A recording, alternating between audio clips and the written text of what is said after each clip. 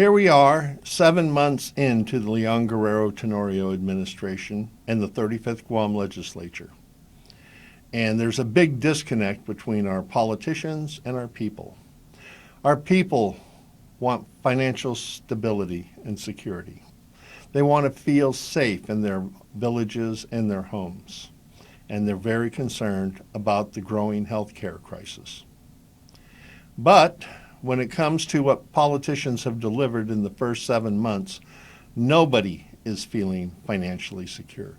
62% of our residents are struggling, and government of Guam finances are out of control.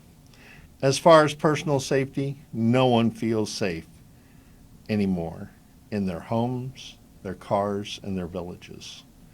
And when it comes to public health, chronic disease are going up, healthcare costs are going up faster, and healthcare budgets are going down. It's all because of pork barrel politics. The politicians we have elected into office in Adelup and the legislature as a group are more concerned about the financial security and well-being of their politically well-connected insiders than they are about the financial security and well-being of people like you and me. What we're going to have to do is we're going to have to take control of the government. And the way we do that is through a voter initiative process. And through a voter initiative process, we as citizens get to create laws. We get to create laws that are for the benefit of the people more than politically well-connected insiders. And the reason we have to do that is because the politicians have shifted their focus from serving the people to serving well-entrenched political interests and their campaign donors.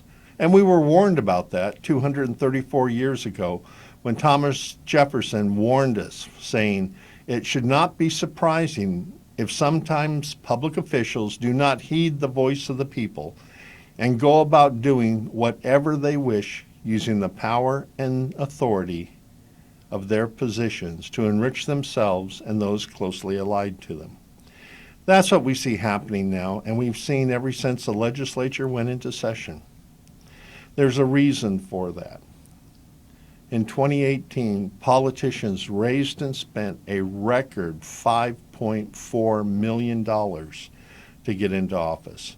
And that $5.4 million, the bulk of which was spent on the governor's race, comes with strings attached.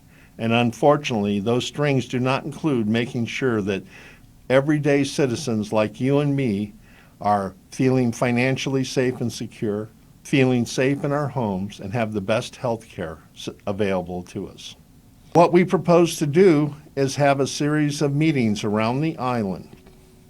And in those meetings, we're going to talk about reforming the election process to make the election process more open so that more people can participate. We're going to talk about expanding the legislature from 15 to 21 senators and make them part-time. We're also going to talk about strengthening our criminal justice system. We're going to talk about creating an elected Guam prosecutor, someone who will directly be responsible to the people for prosecuting criminals. And we're going to end the revolving door of the court system by requiring that one Supreme Court judge and 50% of the Superior Court judges stand for retention at every election. And we're going to do that as citizens because, as Thomas Jefferson said, there is only one force in this nation that can be depended upon to keep the government pure and the governors honest, and that is the people themselves. Over the past 20 years, we've watched government grow, we've watched government lose contact with the people and become an organization more concerned about taking care of themselves than taking care of the people. And that stops starting this month. We're going to have a series of 10 meetings around the island. The first meeting will be in Santa Rita, Thursday, July 25th, 7 to 9 p.m. at the Senior Citizens Center there in Santa Rita. On Friday, July 26th, 7 to 9 p.m., at the Agate Community Center.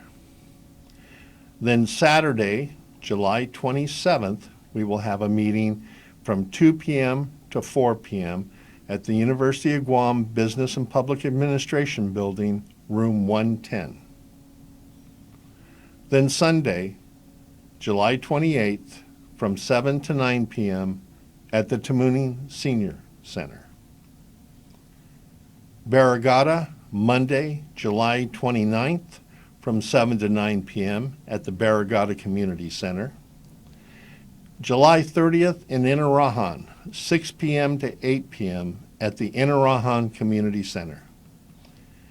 GIGO's meeting will be July 31st from 7 to 9 p.m. at the GIGO Senior Center. On August 1st, Chalampago, 7 to 9 at the Chalampago Community Center. We will have a meeting in Dedido on the 2nd of August, Friday, 7 p.m. to 9 p.m. at the Dedido Senior Citizens Center. And our final meeting will be in Jonia, Saturday, August 3rd, from 2 p.m. to 4 p.m. at the Jonia Community Center.